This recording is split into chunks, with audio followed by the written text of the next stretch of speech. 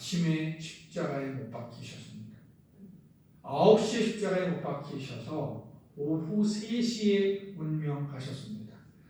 돌아가실 때 예수님은 저항하지 않으셨습니다. 소리를 지르지도 않으셨고 저주하지도 않으셨습니다.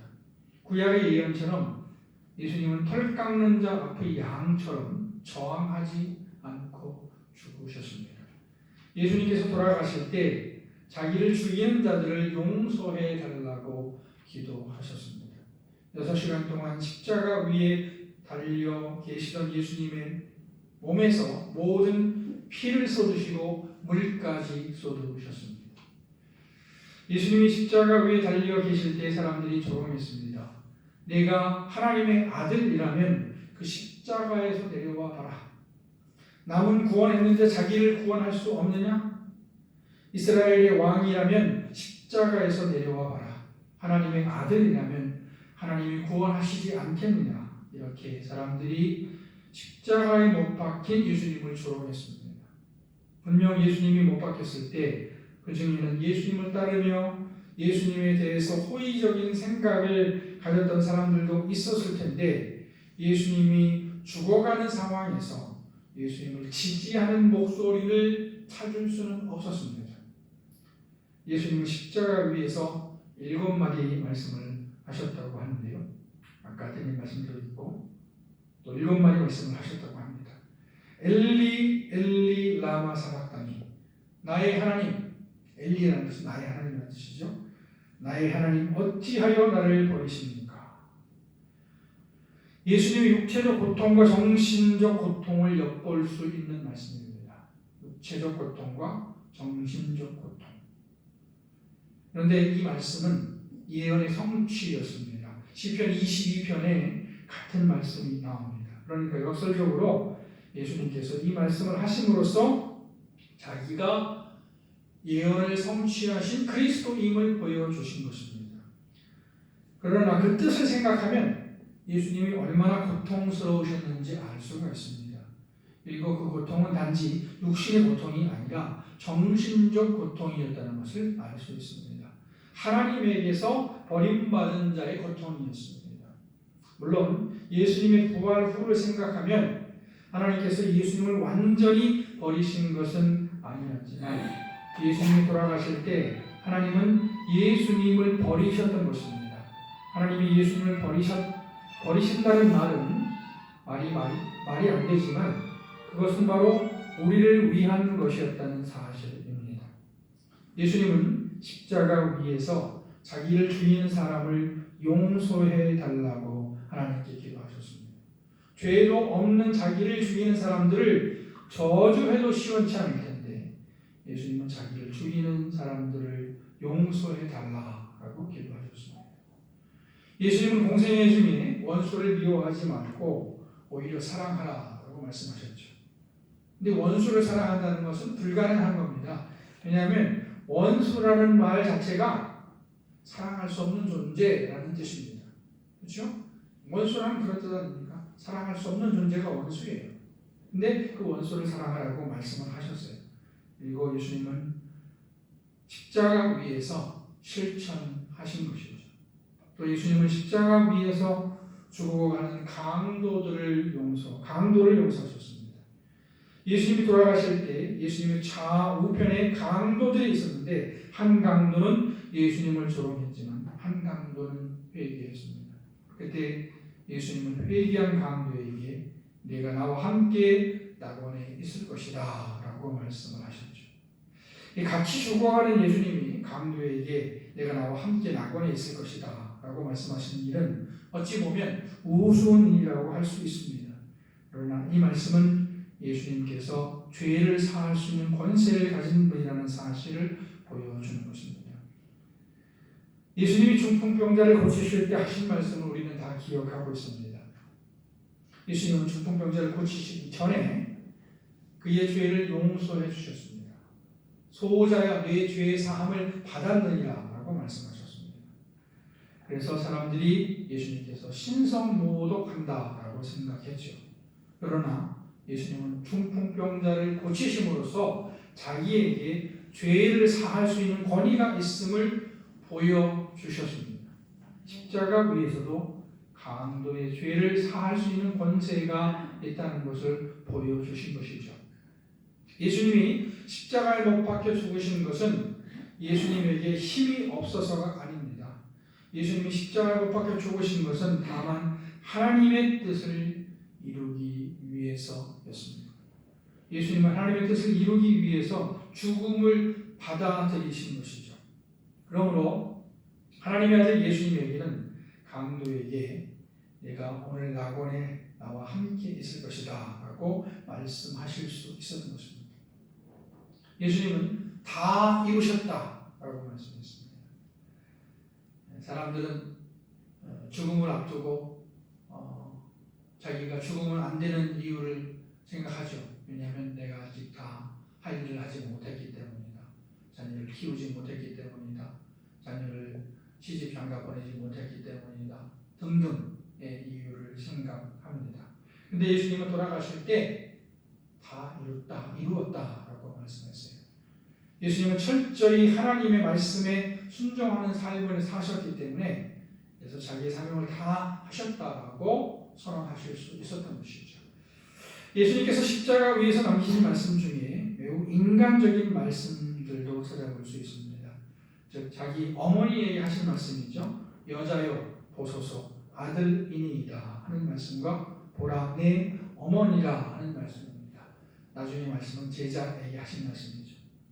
공생애 중에 예수님의 어머니 마리아와 그의 형제들이 찾아왔을 때 예수님이 이렇게 말씀하셨죠. 누가 내 어머니고 내 형제고 내 자매냐? 하나님의 뜻대로 행하는 사람이 내 어머니고 내 형제고 내 자매다. 이렇게 말씀하셨습니다. 이 예수님의 말씀은 마치 혈육관계를 부정하시는 것처럼 보였습니다. 어느 정도는 초월하신 것을 말씀하신 것이기는 한데요. 그러나 예수님은 십자가 위에서 자기의 어머니를 찾으셨습니다. 자기 제자에게 어머니를 부탁했습니다. 인간 예수님의 면모를 찾아볼 수 있는 말씀이죠. 아버지여 내 영혼을 아버지 손에 부탁하나이다 라고 말씀했습니다. 예수님께서 마지막 숨을 거두시면서 하신 말씀 같습니다. 예수님은 평생 하나님을 의지하고 사셨습니다. 철저히 자기를 부인하셨습니다.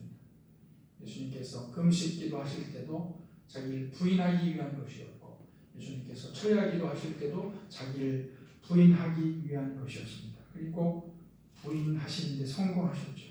그리고 마지막으로 숨을 거두시기 전에 자기 영혼을 하나님께 부탁드린 것입니다. 예수님이 십자가를 지실 수 있었던 것은 하나님 아버지 하나님의 선하심을 믿었기 때문입니다. 하나님의 뜻이 온전하심을 믿었기 때문입니다. 우리가 하나님을 믿는다고 할 때 그것은 하나님의 선하심을 믿는다는 것입니다. 혹시 우리가 어려움을 당하고 고난을 당한다 하더라도 하나님의 선하심과 온전하심을 인자하심을 믿는다는 것입니다. 우리가 은혜를 받게 되면 우리에게 문제가 있더라도 우리의 기도가 다 이루어지지 않는다고 하더라도 하나님으로 말미암아 기뻐할 수 있게 되죠. 그것은 하나님 자신으로 말미암아 기뻐하게 되는 것입니다. 예수님은 십자가에 못 박혀 죽으셨고 3일 동안 무덤에 계셨습니다. 그리고 3일째 되던 날 예수님의 무덤은 비어 있었습니다. 여자들이 예수님의 무덤을 찾았을 때 천사들은 여자들에게 예수님께서 부활하신 소식을 전했습니다. 그러나 천사들의 말을 그대로 믿을 수 없었습니다. 예수님의 무덤이 빈 것은 사실이었지만 예수님께서 부활하셨다는 사실을 믿을 수 없었습니다. 그러나 부활하신 예수님께서 여자들에게 친히 나타나셨습니다. 그리고 제자들에게도 이후에 나타나셨죠. 부활하신 예수님은 제자들과 계속 계시지는 않았지만 분명히 나타나셔서 자기를 보여주셨고 심지어는 식사도 같이 하셨습니다. 사실 제자들이나 여자들이나 예수님이 부활하실 것이라고 믿은 사람은 아무도 없었습니다. 그러나 예수님이 부활하셨을 때 예수님께서 하신 말씀을 기억하게 되었습니다. 예수님은 자기의 죽음을 예고하셨지만 동시에 부활하실 것이라고 예언하셨습니다. 그렇다면 예수님은 왜 다시 사셨습니까? 예수님이 부활하신 것은 두 가지 의미가 있습니다. 하나는 예수님이 하나님의 아들 그리스도라는 사실을 증명하셨다는 것입니다. 예수님이 살아 계실 때 예수님을 의심한 사람들은 예수님에게 증거를 요구를 했습니다. 내가 하나님의 아들이면 기적을 보여달라고 증거를 요구했습니다. 사실 재미있는 것은 예수님이 여러 증거를 보여주시고 따라서 많은 사람들이 따르고 하니까 이 예수님을 반대하는 사람들이 예수님에게 또 다른 증거를 요구를 한 거예요. 이미 보여주셨는데.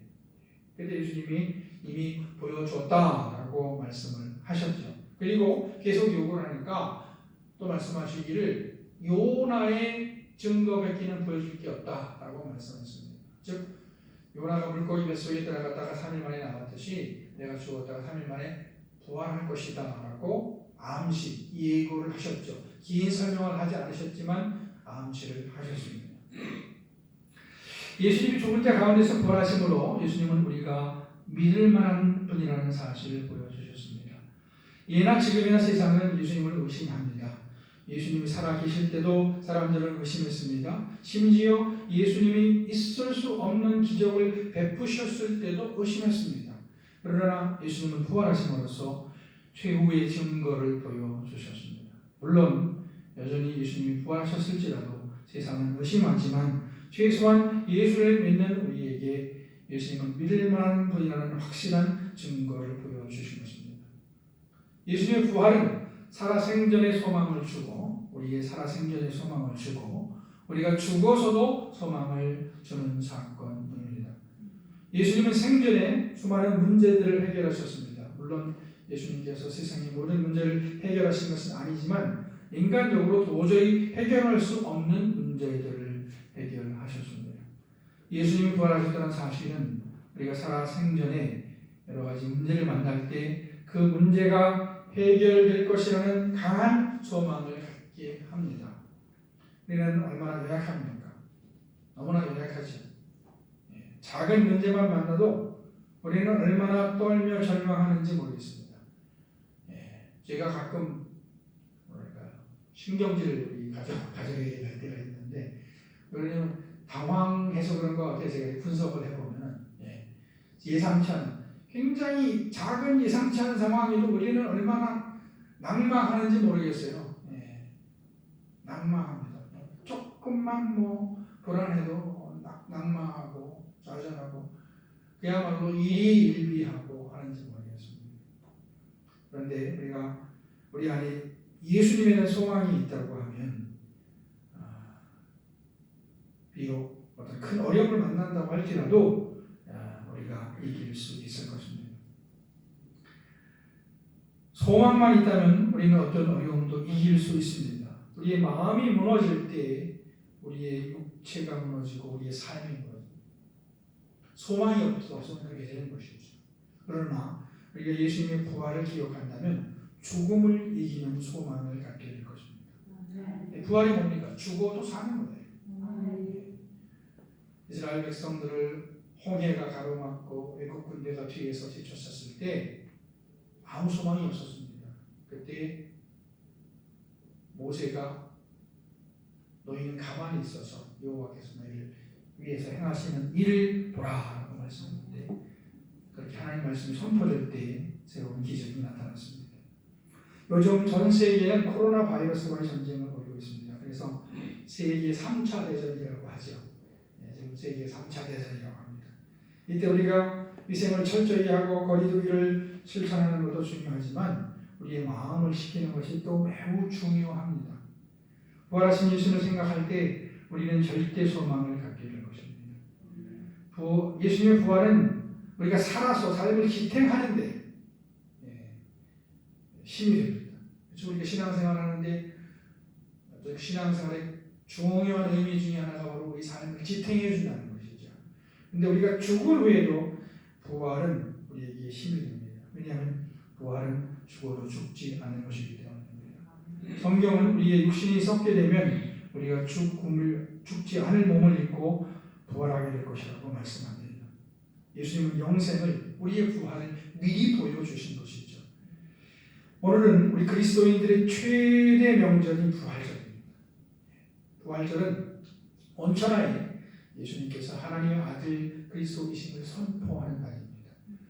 이 부활절이지만 이 바이러스 때문에 성찬식도 못하고 세례식도 못하는 상황입니다. 또 혹시 몰라서 못하고 또 불안해하는 분들이 있으니까 못합니다. 그렇다고 예수님께서 부활하신 사실이 사라지는 것은 아닙니다.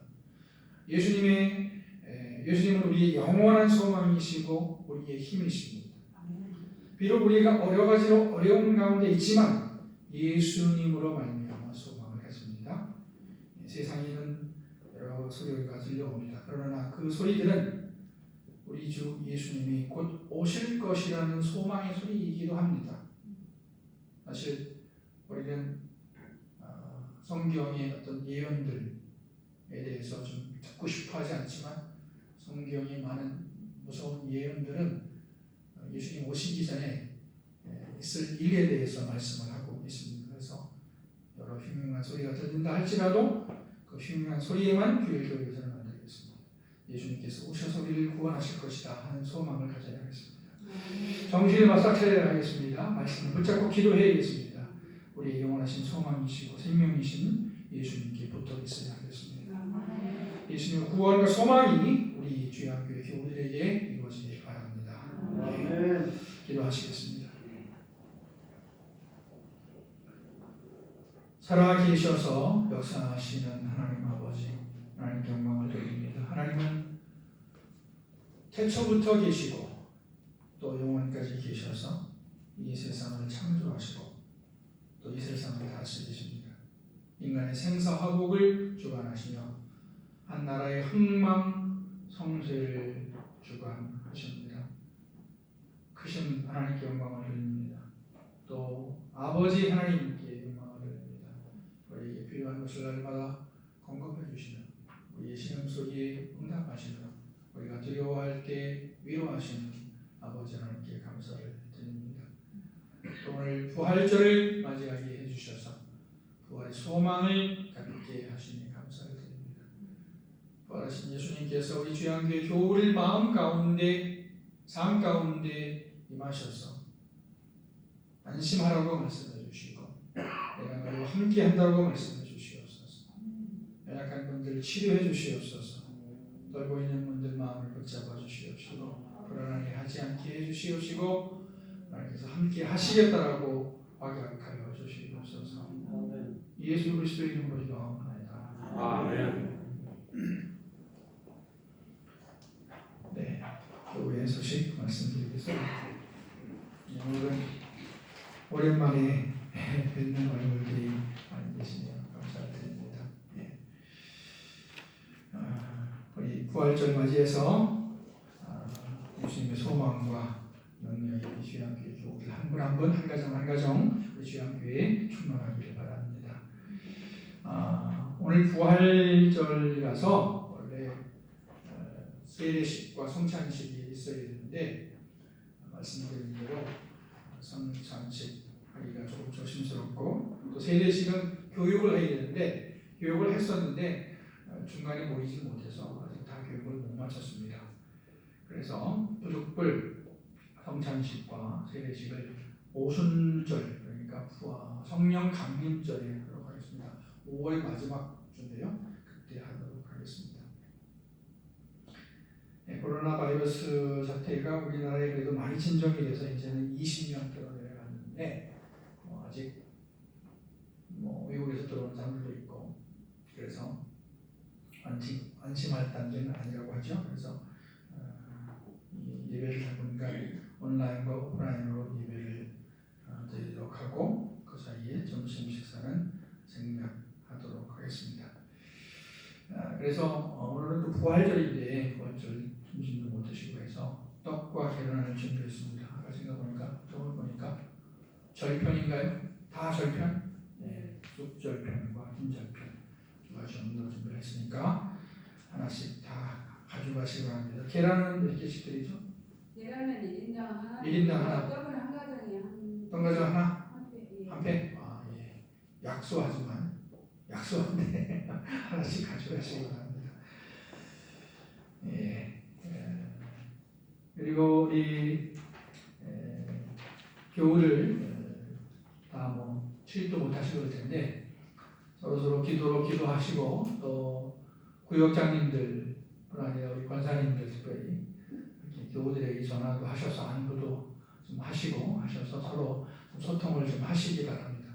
예, 카톡도 하시고 전화도 하시고 구역장님들이나 권사님들 하셨죠? 예, 권사님들은 엄마들이니까 그렇게 해주시기 바랍니다. 예, 우리 찬송 50장 부르시면서 주변님을 드리겠습니다.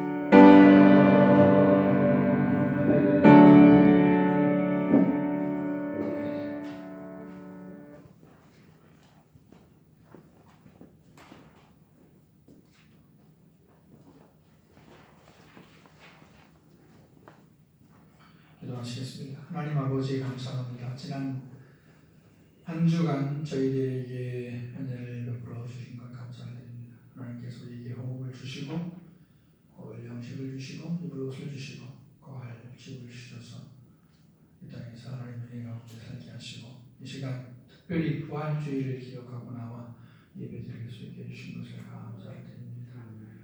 하나님께서 베풀으신 은혜를 우리가 기억하고 하나님을 의지하며 어떤 상황 가운데서든지 승리하게 되기를 원합니다. 이 시간 예물을 드리니 받아주시고 하나님의 뜻대로 사용해 주시기를 원하고 또 기도하옵나이다.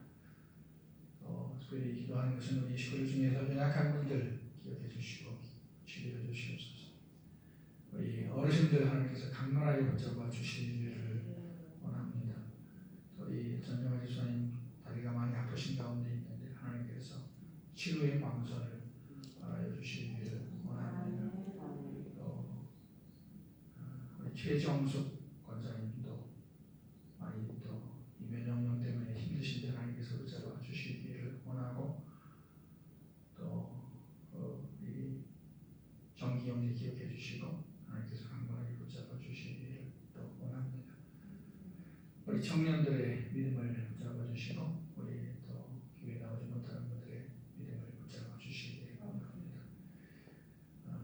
살아계신 하나님께서 살아계신 예수 그리스도께서 우리 삶 가운데 함께 하시고 은혜를 베풀어 주시고 이런 상황 가운데서도 하나님 여전히 살아계시다는 사실을 기억하고 하나님을 의지하기를 원하고 임을 받아주시기를 원하고 예수 그리스도의 이름으로 기도합니다. 우리 주 예수 그리스도의 크신 은혜와 아버지 하나님의 놀라우신 사랑과 보혜사 성령의 교통 역사하심에 우리 주양교회 성도님들과 한 주간 또 항상 함께 하시기를 간절히 축원합니다.